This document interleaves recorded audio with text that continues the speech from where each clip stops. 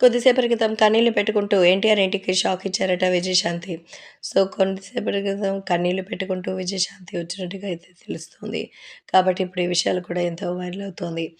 Junior NTR ఇంటికి వెళ్ళిన విజయశాంతి అయితే ఒక్కసారిగా అభిమానుల కట్టుబడి ప్రత్యక్షమవుతోంది. జూనియర్ ఎన్టీఆర్ దగ్గరకొచ్చి ఎమోషనల్ అయినటువంటి విజయశాంతిని చూసి అందరూ షాక్ అయిపోయారు. ఎప్పుడు ఫైర్ బ్రాండ్‌గా, రాములమ్మగా పేరున్నటువంటి విజయశాంతి ఈరోజు అలా ఎమోషనల్ అవ్వడం చూసి అందరూ కూడా షాక్ అయిపోయారట.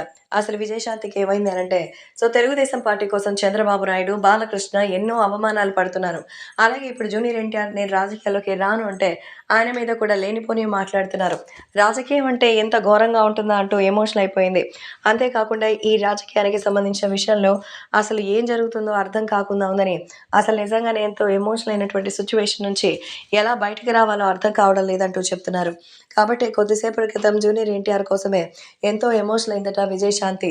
ఎన్టీఆర్‌ని కలిసి రాజకీయాల్లో వచ్చి ఏకఛత్రాధిపత్యం సాధించగల సత్తా ఉన్నటువంటి వాడివని, బాబాయికి, మావయ్యకి తోడుగా నువ్వు నిలబడాలి.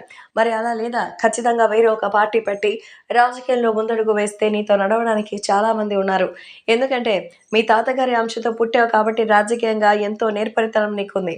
అదే అధికార పక్షానికొస్తే ఇంకా ఎంతో మందికి మేలు జరుగుతుంది. రాజకీయాలు ఇప్పుడు ఉన్నటువంటి పరిస్థితుల్లో ఖచ్చితంగా మంచి అభివృద్ధి జరగాలి అంటే నీలాంటి ఒక రాజకీయ నాయకుడు కావాలి అంటూ విజయశాంతి ఎమోషనల్ అయినట్టుగా తెలుస్తోంది.